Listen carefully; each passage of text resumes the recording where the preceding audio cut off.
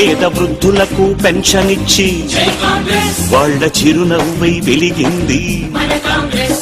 ప్రమాదంలో రక్షించి ఆరోగ్యశ్రీని ఇచ్చింది.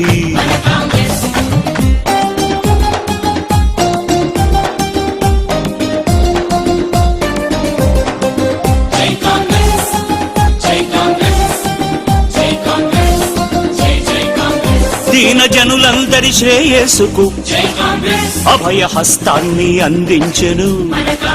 పల్లె పల్లెలోన వెలుగు నింపి ప్రగతి పథంలోకి నడిపింది.